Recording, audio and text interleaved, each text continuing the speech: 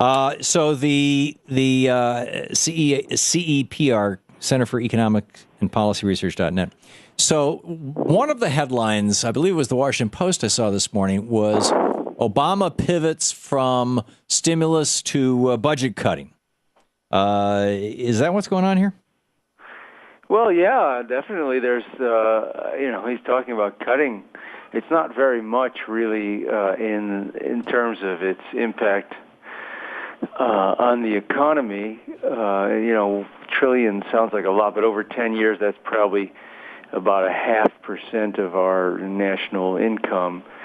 So it's not going to, make a big difference in economic terms, but it will hurt a lot of people when you look at all the things that he's proposing to cut. It's going to be, programs that help working poor people, the home heating, education, all kinds of things like that. Well, these cuts in total, and that's a big one, by the way, because particularly when you have hard winters like we're having right now, there's a lot of poor people who are in danger. I mean, before these kind of programs came along, it wasn't unusual for people to freeze to death in the winter. But we're talking about $100 billion a year for 10 years.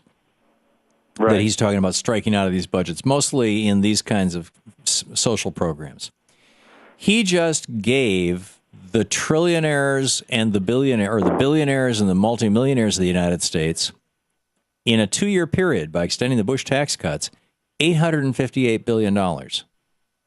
And that's just over 2 years. That's right. My head's exploding here. I don't get it. You do get it.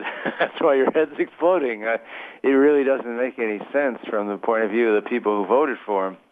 And, the other thing is, in the law, if you're talking about a 10-year period, which is, a relatively long period, we don't really have a deficit problem or a debt problem. We have a health care cost problem.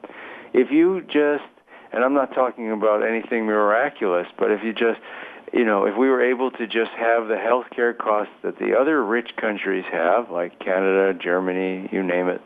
About half of ours, you mean? Yeah, about half of ours, but it's something that they've all done, so presumably we could do too, and then out of that they cover all their citizens. Then the long-term deficit goes away and it turns into a big surplus. So we don't have a long-term deficit problem. We have a health care cost problem. And in the short run, of course, the deficit doesn't really matter, as you can see by just looking at the economy. The theory under which the deficit hurts the economy is it supposedly crowds out private investment by driving up interest rates. And we have very low interest rates. Everybody's willing to buy. Plus the private sector is sitting on $2.2 trillion that's unspent. That's right. And, it might be somewhat less than that because of measurement issues, but it's still a lot of cash. It doesn't have anything, there's no indication that deficits or the national debt is a danger to the economy. And finally, of course, I think we've talked about it on your show before, on your television show. In the short run, in a situation when inflation is so low, the Federal Reserve can do what it's already done some of, which is simply finance the debt by creating money. In which case, it doesn't. They buy bonds from the states or from the federal government. That's right, from the federal government, and it doesn't create any interest burden on the public. So to take this to the largest picture possible and figure out what the politics of this is and the impact of it is, it looks to me like the president is in a relatively small but not meaningless gesture to the hard right, willing to throw a few poor people under the bus. He has certainly propped up the millionaires and billionaires by extending the Bush tax cuts, although these are not in the same program. And you could argue that had he not been able to do that, he wouldn't have gotten a budget at all. I suppose is this a surrender to political reality? Is this a step down the road of political expediency? Is this preparing for the 2012 elections? Is this simply what's necessary to get done, that you have to cater to the rich now that Citizens United allows the rich to buy elections?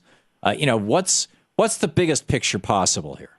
I think the elections, I think it's a pure political opportunism. I mean, if it were a compromise, that would come later. If you're compromised with reality, then you start out with what you want, and then you bargain. This is not starting out with what anybody. And I don't know how much economics, President Obama understands, but he certainly has advisors that understand that this is the wrong direction when you've got 9% unemployment. This is the wrong thing to do.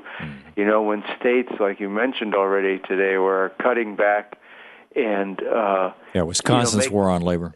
Yeah, and all these other states are cutting their budgets. This is going in the opposite direction of where we want the economy to go if we care about employment. And that's what most people care about. They don't care so much.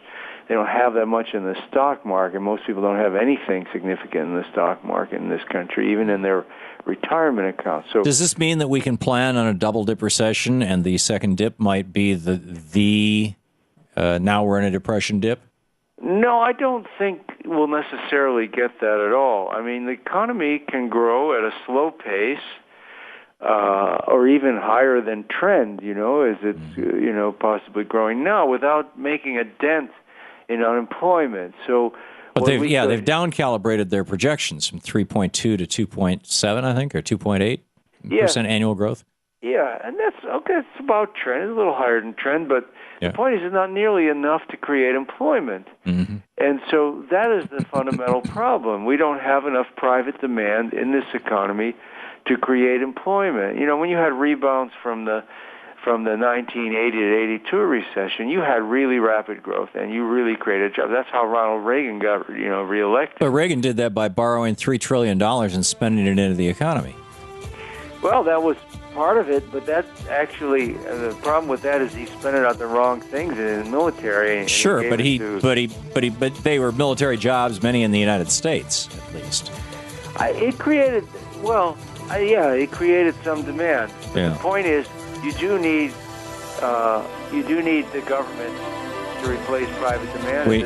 We need them active there. Mike Weiss, hang on just a second. Mark. This is the Thom Hartmann Program. Mark Weisbrot of the Center for Economic and Policy Research, CEPR.net. Thanks, Mark.